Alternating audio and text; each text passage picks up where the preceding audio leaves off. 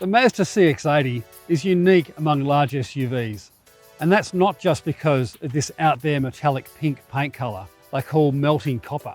It's because you can choose between a diesel hybrid, a petrol hybrid, or a petrol plug-in hybrid, all within the same model range. But is that enough to tickle buyers pink? Let's find out.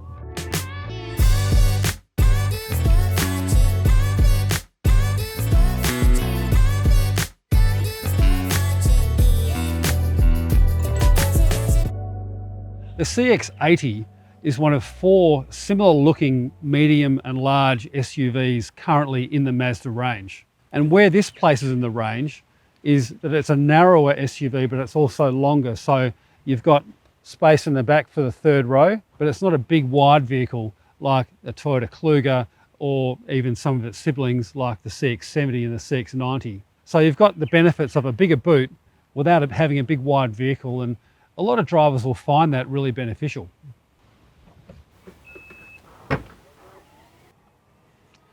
Okay, so the boot's pretty well thought through. It's a pretty spacious boot. It is a 7-seater, so they'll fold up in the back here and then they will impinge on the space there, but we'll just get rid of the cargo cover. This little spot in the back here very neatly fits in there. There's a little bit of storage space here. There's a air compressor and the standard can of goopy stuff that you put in the tyre when you do get a minor flat. Obviously that means there's no full-size spare tyre, there's no space saver spare tyre. So if you do get some tyre damage, the best course of action is to pull over and call one of those little yellow vans.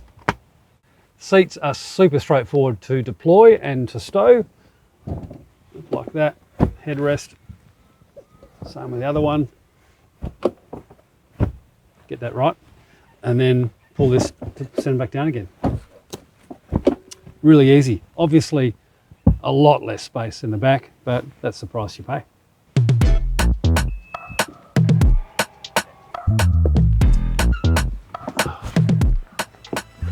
Really not that hard at all to get back here. There's enough room for a 6'2" person to sit back here reasonably comfortably. Probably wouldn't be brilliant over, say, a 3-hour drive down south. But, you know, if you have to spend some time back here, this would certainly be acceptable, especially for kids that are well under, say, 5'10". The amenities are okay back here. There's charging on both sides for a USB-C, and there's 2 cup holders on either side.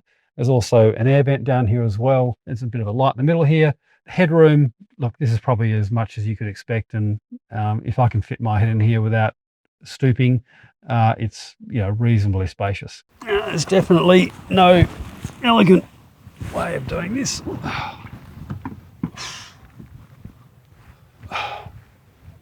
Back to the driver's seat, where there's a bit more space.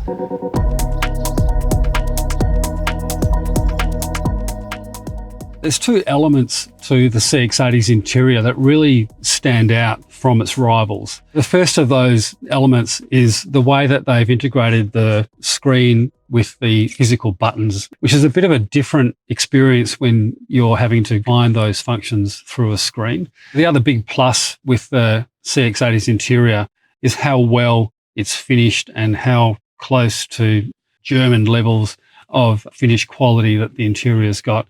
And it's not just the polished aluminium door handles and speaker grills, even the way that the buttons move and the way that they've got knurled finishes on them. All of those small elements together make the car feel that luxury and quality have been thought about carefully before the car's been put together.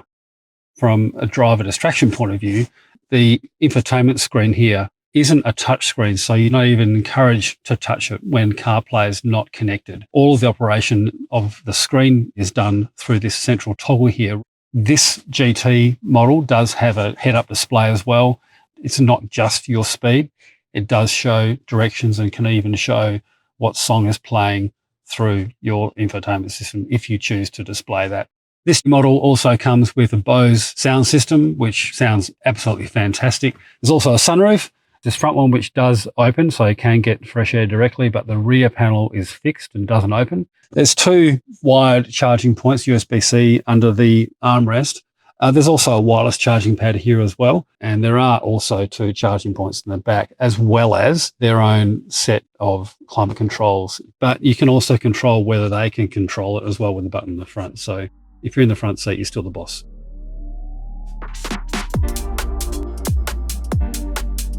Right, on the road in the CX-80, the torque immediately underfoot from the diesel is very evident, but the big plus that this diesel has is its smoothness, and that comes definitely from, at least partly, the configuration of the cylinders, which is a straight 6, which is pretty unusual these days, and it's typically not one that manufacturers tend to go for packaging because it's a long engine. But the huge benefits from a 6-cylinder engine are its smoothness. Another big plus with this CX-80 diesel is it does give you that performance at relatively low revs, at sort of between 1.5 and 3,000 revs. With 187 kilowatts and 550 newton meters under the bonnet, yeah, it is pretty easy to get up to that speed limit pretty quickly. The ride of the CX-80 is reasonably stiff. It's not uncomfortable and it's not particularly unpleasant, but it just won't have that suppleness that you would expect in a car like a Toyota Camry.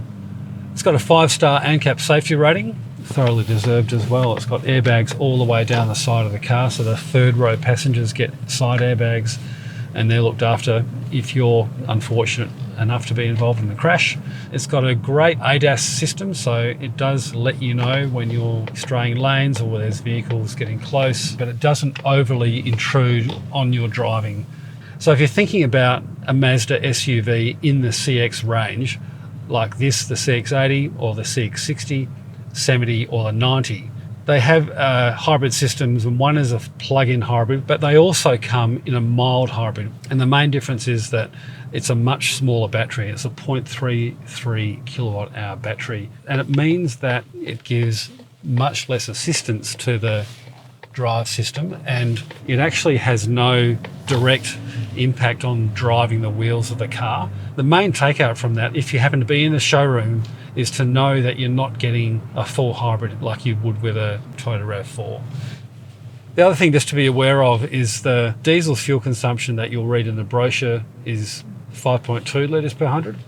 And in the week that we've had this CX-80 diesel, the consumption has been around 6.7 litres per 100. For a vehicle like this that weighs 2.1 tonnes, to be delivering 6.7 litres per 100 is a pretty impressive feat, given that it's dragging around that amount of weight. This is a premium feeling car without actually being a premium brand. And for some people, a premium brand is going to be the only thing they'll accept. Unfortunately, they'll have to pay a lot more money to get the kind of fit, finish, features and performance than they can get out of this CX-80 at around $70,000 to $80,000. So what do we like about the CX-80? Well, minimising the touch screen interaction is a big plus. And the third row seats are pretty easy to fold, even for anyone really, even young people. And finally, the 6-cylinder engine, not only is that fuel efficient, but it's really grunty as well. And what do we dislike about the CX-80? While the diesel engine is really fuel efficient, the petrol turbo engine, which is the same size at 3.3 litres, is pretty thirsty. It's only a mild hybrid with a tiny 0.33 kilowatt hour battery. So that can be a bit misleading when you get behind the wheel and you are using significantly more fuel than you're expecting. And secondly, the price. As a brand that's virtually premium, you can also expect premium prices. And finally, the start-stop technology that does help you save a little bit of fuel. It can be a bit of a delayed restart of the diesel engine when you really want to get going, perhaps a little bit earlier than you end up. The Mazda CX-80 does have a lot going for it. It's got that grunty yet surprisingly economical 6-cylinder engine. It's got a very practical but still very premium feeling interior that you can expect in vehicles costing a lot more money. And it also handles pretty tidily for a 2.1 tonne 7-seat family SUV. At just over $80,000 for this particular one, the CX-80 is by no means a bargain basement buy, but you can see where the money goes. And if you go for the PHEV, you could save even more money on fuel. Put it on your list.